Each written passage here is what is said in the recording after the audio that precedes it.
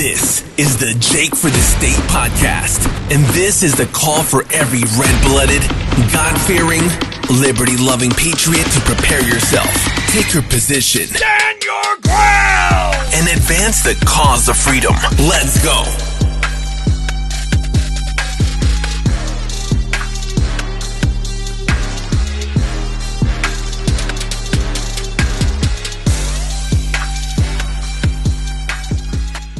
Welcome back to the Jake for the State podcast. Again, here with David Callahan, and we are talking about where we are as a culture, as a nation, as a state, and where do we need to go from here to restore some sanity, to restore lawful order that is in alignment with our Constitution. I think that's what we all want. There's just questions about how do we get there. And David, last time we talked about the radical place we're in as a culture, and we can look at some existential examples, some experiential places that we are experiencing, namely the trans movement, the dehumanization of individuals, the neutralization of our gender and sex. All of these things are very radical. You know, just 5 years ago, 10 years ago, it would be unheard of. Now it's being more and more normalized. And it is a signal, a flag of where we're at. And this kind of radical movement requires a radical response. And we're not talking about breaking out the guns and cannons. We're talking about what is the legal, lawful response to this radical push that we feel we're all being assaulted with. Exactly, and then it actually goes from the response to the resistance of it. We have to get to the place that we say, this is enough, but doing the right thing in the right way, not the right thing in the wrong way, is really what the key to the whole thing is.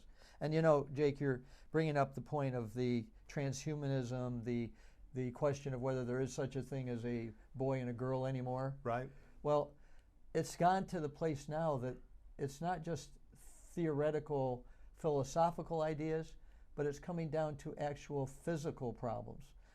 Look at the mutilation issue with children where they're literally going to a doctor and having their sexual organs changed when they're a child and don't even really understand what's going on. That's where we're at in society. This is not something coming down the pike. This is happening right now. That's where we are. We're actually getting to the place of physical harm being done and mental harm, which is incredibly devastating to children.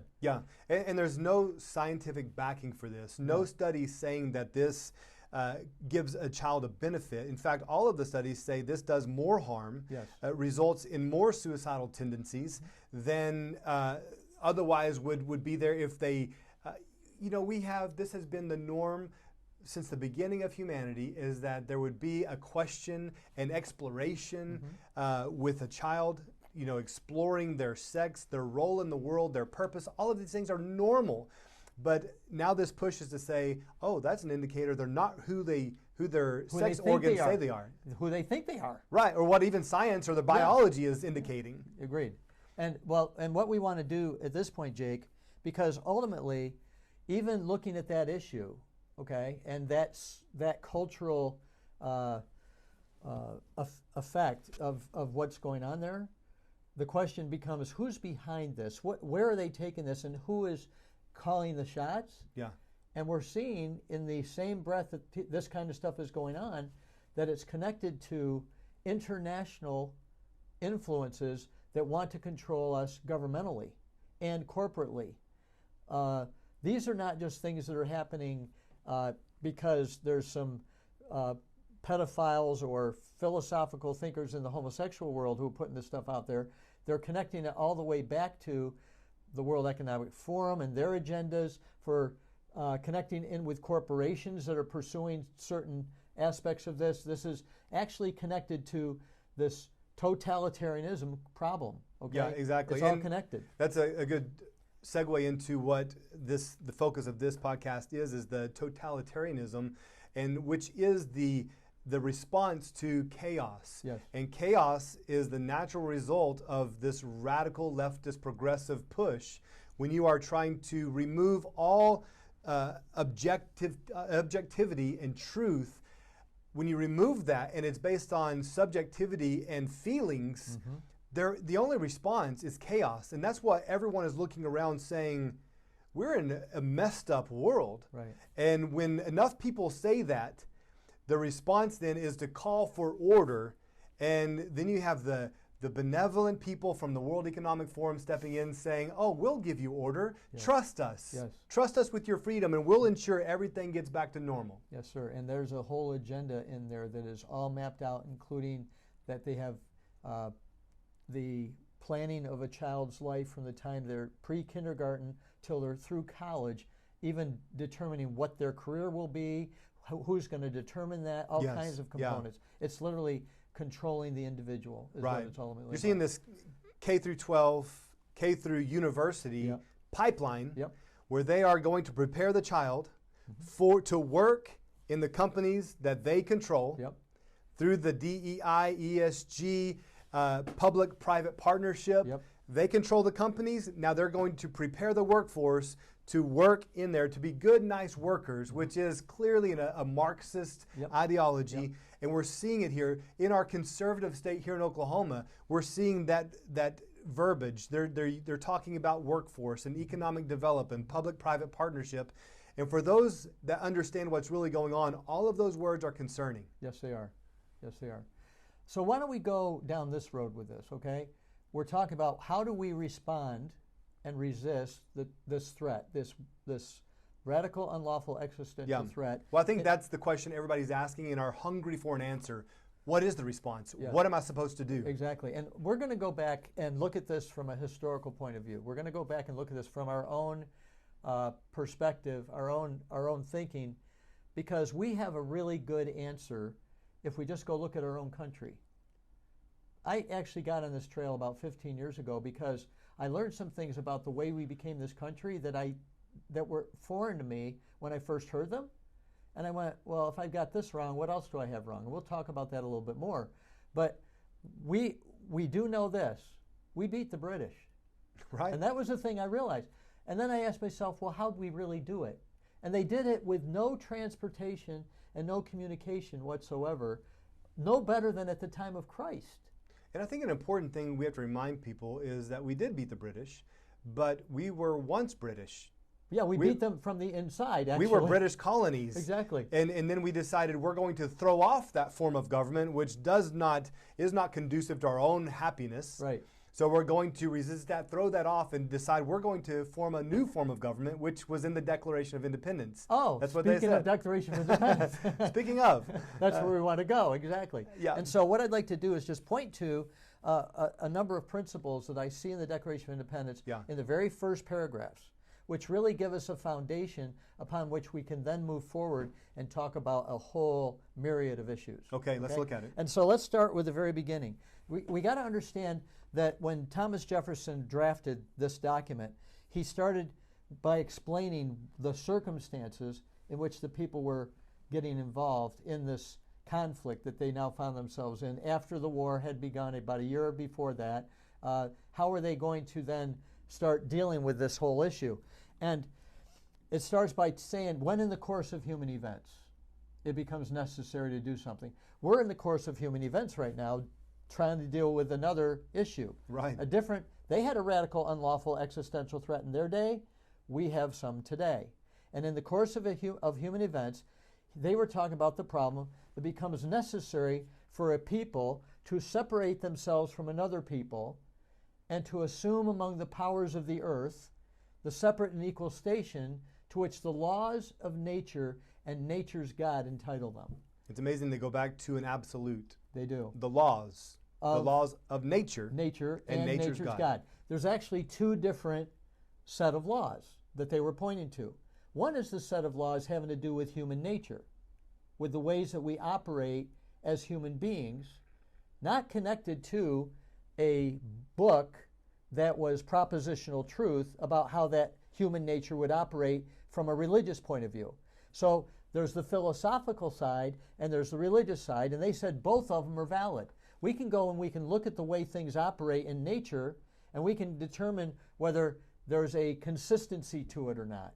Yeah. And that's what they were trying to point to. At the same time, they're saying we can go back to a set of rules that are set down in a book called the Holy Bible, And we can say these laws of God also can apply to us. And so they were looking at it from 2 points of view.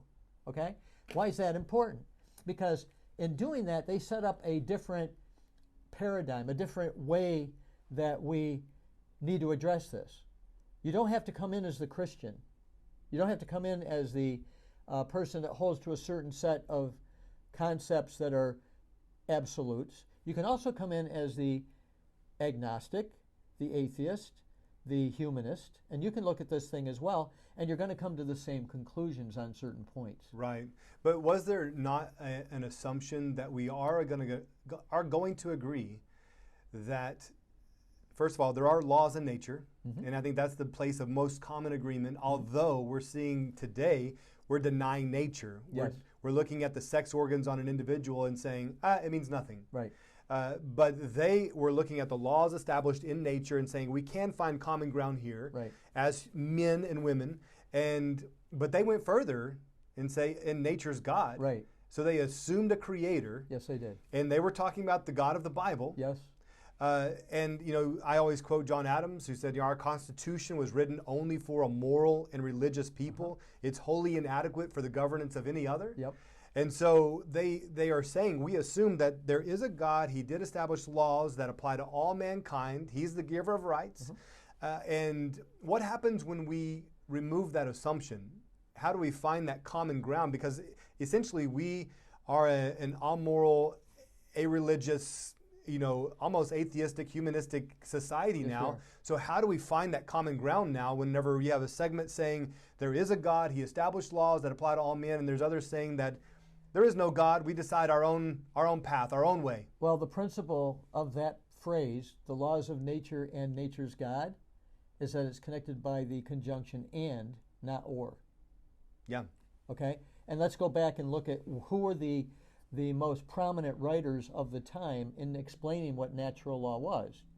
William Blackstone's commentary, which was the law book of the original society during the founding generation. That's where they got the legal definitions and everything. And his definition of natural law was law that conforms to the will of God. Is natural law. And there was not a differentiation, a distinction that we in our society have been I don't want to say brainwashed, but we've been almost brainwashed to think that there is this ability to differentiate the two, keep them separated. Well, you really can't, because you ultimately have to make a decision one way or the other. Is there a God or isn't there one? Is there a creator or isn't there one? Yeah. Even if you're an atheist, you probably believe in some kind of natural laws. Right. And the question becomes, where did they come from? Random chance completely, or is that a question of faith?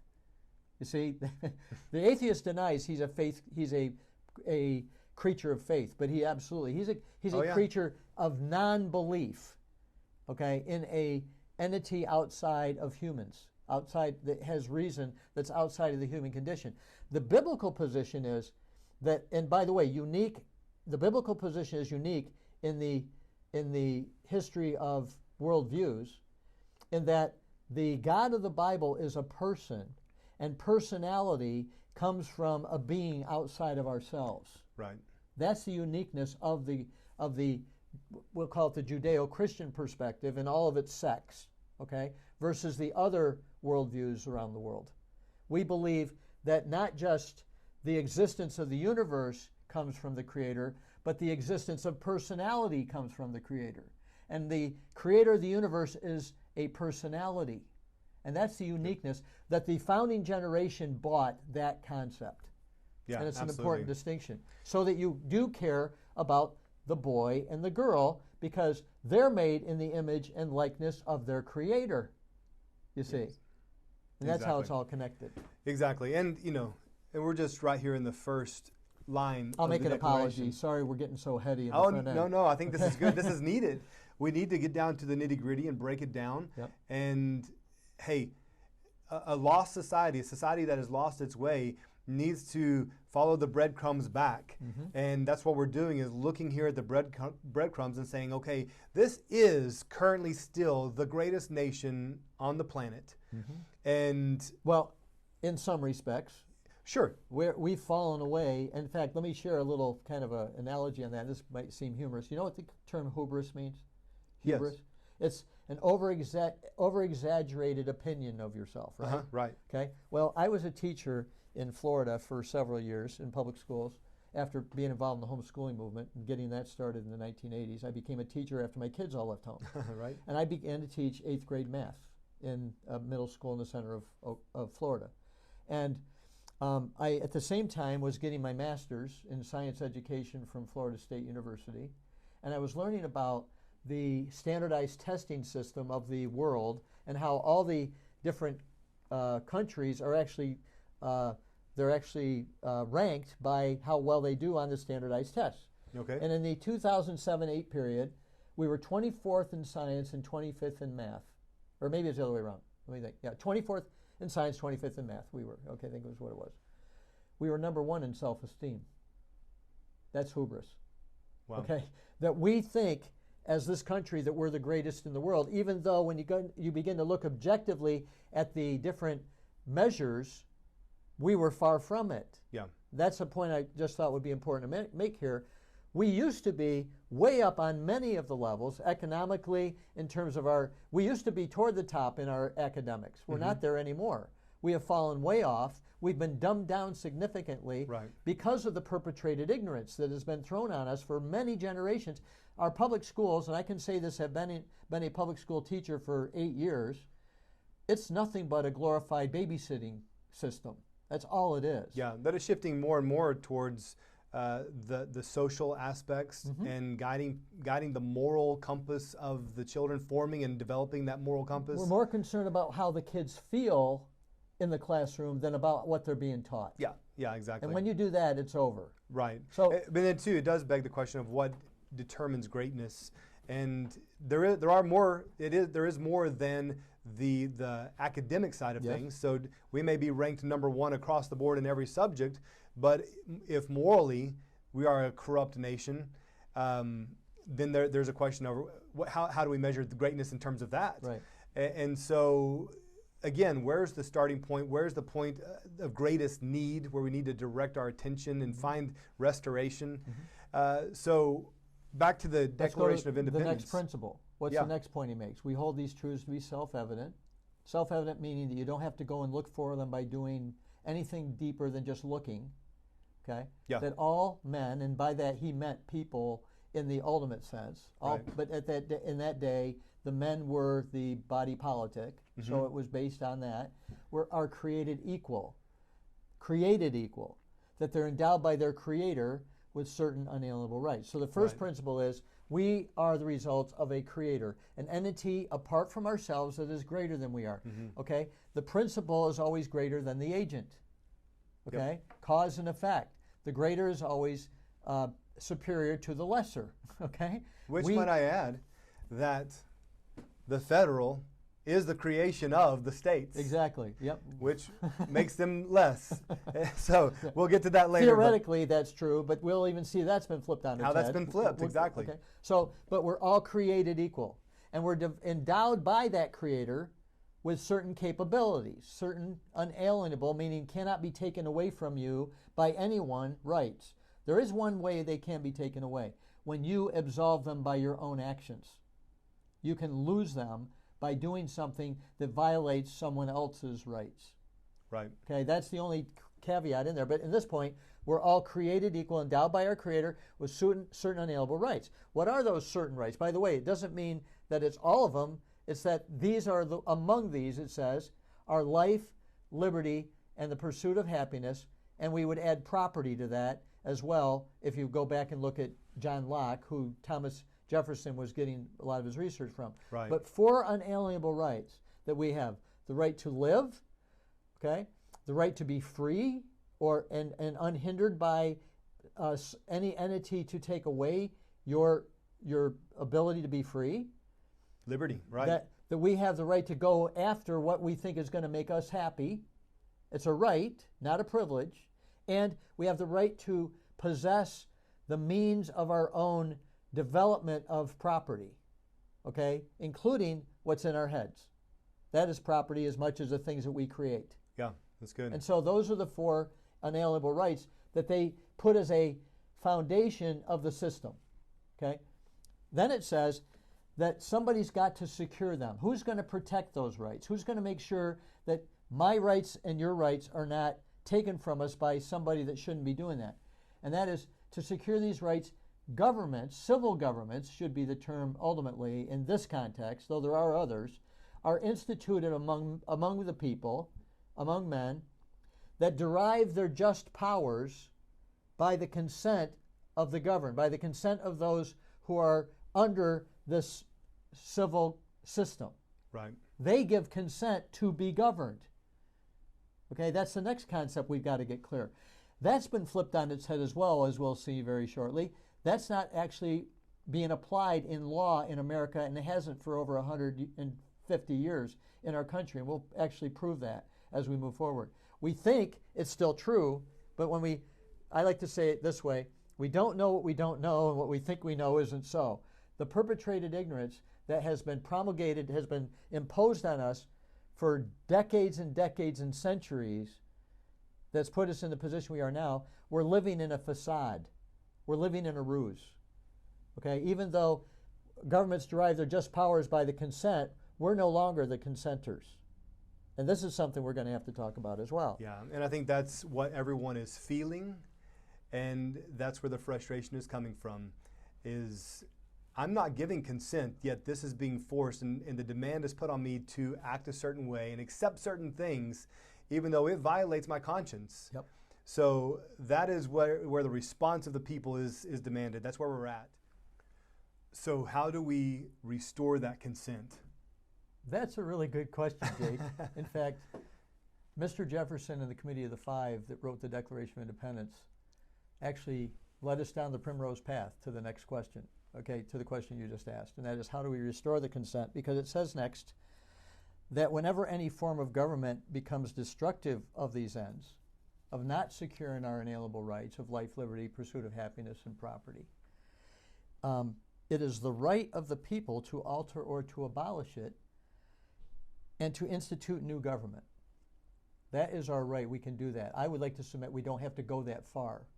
Okay? We can just restore what used to be in place. Because then it goes on and says, two things are actually incredibly important to think about in that respect. Laying its foundations on such principles is the first one. And we, as Americans, even to this day, at least in the conservative, what I call the freedomist side of the page, do believe there's principles that we should be living by, including the ones we just talked about. But then notice it says next, and organizing its powers in such form as to them shall seem most likely to affect their safety and happiness. That part we are really lacking in. We don't really have that clear by the very fact of how things have been flipped on their head. Which part are you referring to, the form? The form, yeah. Okay, so explain that. Okay. Well, we're going to explain it more as we go. It actually kind of flushes out here, even in the way that Jefferson continued to write here, okay? Okay. The forms have to do with the agencies and the vested powers of the people in those agencies and the institutions that overrode those agencies or gave them their function, and all those different things that are part of what makes the United States and the local communities what they are. Those Right. are the forms. Okay? Right. I like to say it this way. Who would ever think of running a race with no legs? Or who would drive a car with no engine? Or who would want to live in a body that had no skeleton?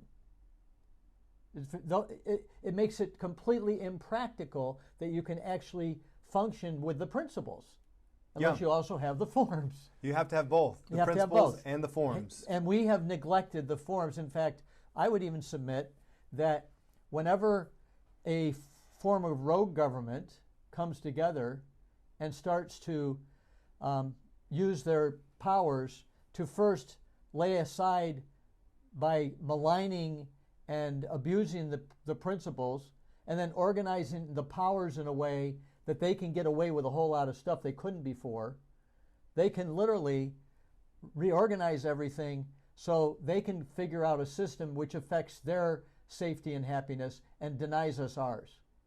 They literally took that concept and they flipped it.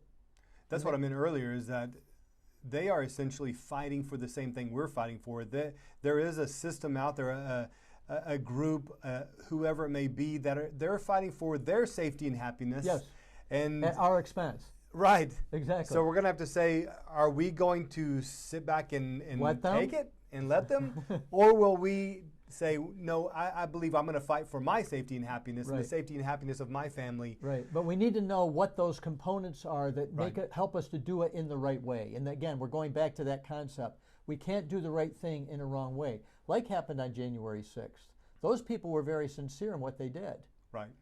But hell is full of people with sincere intentions, good intentions, right? Yeah. It doesn't always work the way you expect it will. We need to be smarter than our opposition. We need to be more knowledgeable of what we need in order to fix our situation. They are way ahead of the curve on us at the moment, in my opinion. And so essentially we're looking back here at basically a group of men that represent the culture at large of that day, and the 13 that colonies. happened by doing the forms properly to get them there, by the way. To get them where? To the place that they were the ones that helped to put it together. Uh-huh. Okay. Yeah, so this declaration would never have been written unless the forms weren't established. Exactly. Uh-huh. And so are we ready to look at what some of those forms are or were? Well, a or couple do we more need to- concepts that we need to get clear. Okay, let's look at it. Because the next thing he says is, experience has shown that mankind are more disposed to suffer while evils are sufferable than to right themselves by abolishing the forms to which they are accustomed. They understood the importance of doing whatever you do. You better be careful before you go and change the forms. But, they say, when a long train of abuses and usurpations, pursuing invariably the same object of taking away our rights, evinces a design to reduce them under a absolute despotism. Does that sound like something that's coming right now? Right. Sounds like It something is that's their almost right here. to alter the forms. It is their duty to alter the forms and to provide new guards for their future security. And then look what they say at the end. That such has been the patient sufferance of these colonies before they became the United States. And such is now the necessity which constrains them to alter their former systems of government. We do need to alter our systems of government, but not go all the way back to starting from scratch. We need to alter them back to that condition under which they operated most effectively, that have been removed from us for over 160 years in many cases. Yes. So that's the bottom line of what we're talking about. And again, I think that begs the question of, and I think still a lot of people are asking, what are you talking about? What forms have been turned on their head or erased, and what forms need to be reestablished or gone back to?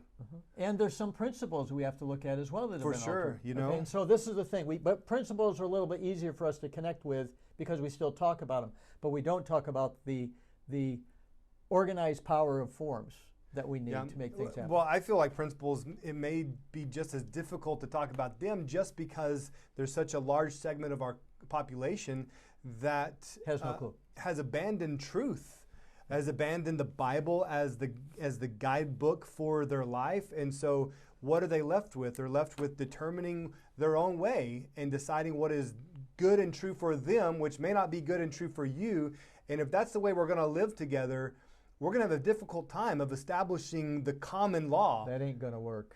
Right, right. And so what do? Mandate Christianity for all? Well, we can't do that. They didn't even try to do that. Well, it's the principles and the forms that came out, by the way, of a Christian world, a Christian society. The Anglo-Saxon, the Anglosphere is the basis of American society, and that was absolutely based upon the Reformation and all the components of the Enlightenment and the awakening of the European period just before we had a revolution here. And with that, it seems like that kind of language to the radical leftists of today would want to say, you're talking about white colonizers. No. You're talking about, but this is not a matter of race. No. So we want to make that clear. Yep. That we're not talking about we need to establish the white man's religion. We're not saying that. No. But we're saying a worldview. Yes. A worldview that was largely held by all races. I won't say all races, but the majority in this country who came here, they accepted this to be true. And what were some of the components of that? Well, and this, we're getting into the principles here. Yeah. Well, one of the things we need to make clear is these Marxist radicals, even the people in the World Economic Forum and so on, are saying we have no problem with a completely purist mentality that doesn't include God, doesn't include the Christian perspective. But in doing so, they create one that's antithetical to that, okay? That is atheistic, that is completely secular. But that's a spiritual battle.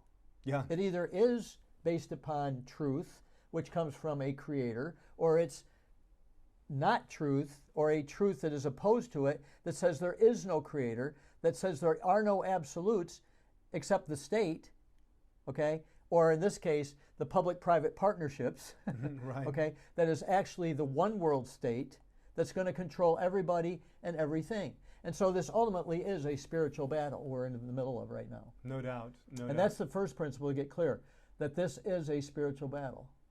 And Yeah. and the founding generation started with that basis, that it's the laws of the creator, of nature and nature's God, which is at the base of everything. There's no question that they were laying a radical foundation on a biblical principle. Which wasn't entirely counter to the English perspective. Obviously, we're dealing with the Church of England, so they have a Christian worldview as a foundation.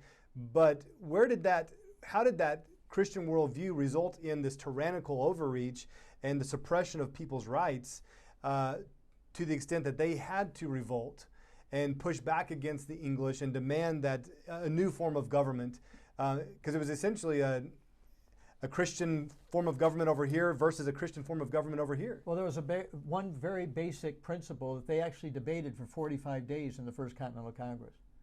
And that is, did they have the right to secede from the monarchy of Great Britain? Well, why was that important? Because it was what was called back in that day, in the Christian theology of the day, the divine right of kings. Right. And that divine right was inherited from Adam. And they had to question whether that was a truth or not. Was that a law of God, a law of nature's God, or not? And after 45 days of debate, concluded that was not, along with other things. That was just one component of it. But you see, they were looking to determine the truth. And we Right. need to do the same thing in our day. Yeah. We need to determine the truth about what things in our mindset are true versus what things are in our mindset that we're being told are reality when they're not. Yeah. And in the end, a worldview wins. Absolutely. A worldview wins. There's a worldview, absolutely. Right, yeah. Even that statement, it's an absolute statement that there will be a winner, one who dominates policy and gives instruction to the population, setting the parameters in which we are allowed to operate, the boundaries of our laws. And that worldview historically has been a biblical worldview. That has been abandoned by a large segment of our population. But still, I believe the majority here in America still believe in God. Whether they accept an entirely historical Christian worldview, probably not. It's not homogeneous. No. No, it's not. It's heterogeneous. It's been modified, and much has been accommodating our current culture. Yep.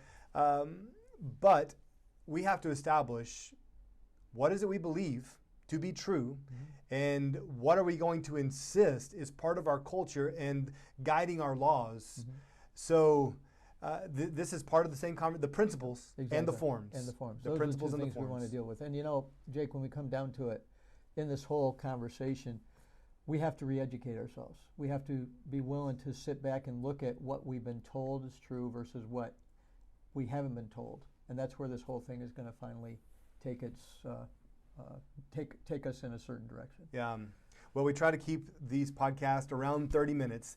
And so I think we're about that timeline. So we're going to go ahead and end this discussion, even though it feels like we could just go right into it. Well, I'm going to hit pause here so we can just jump into it next time, talking about the further discussion on forms and principles that we find here in the Declaration of Independence. So thank you guys for tuning in. Next time on the Jake for the State podcast, we're going to dig into what are the forms and principles that the Founding Fathers emphasized in the Declaration of Independence.